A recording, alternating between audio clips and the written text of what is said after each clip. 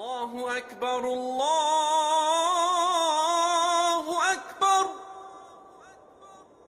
Assalamu alaikum wa rahmatullahi wa barakatuh. My name is Abdul Karim and this is the holy month, the great month, the precious month. This month is a gift from Allah subhanahu wa ta'ala. So I urge each and every one of you to take every single advantage. And one of the things I urge you to take advantage of is charity.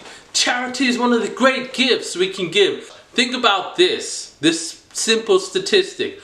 You give $1 or £1 or one rupee or one lakh, well, you know what I mean, one dinar, but you give that and it gets back to a million, trillion fold. How does that work?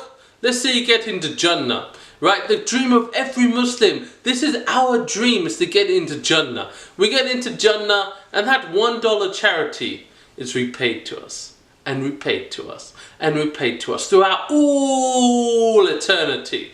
And you know what? This special month, this holy month, this gift month of Ramadan, that charity is multiplied. So count that. You got multiplied charity, multiplied by eternity.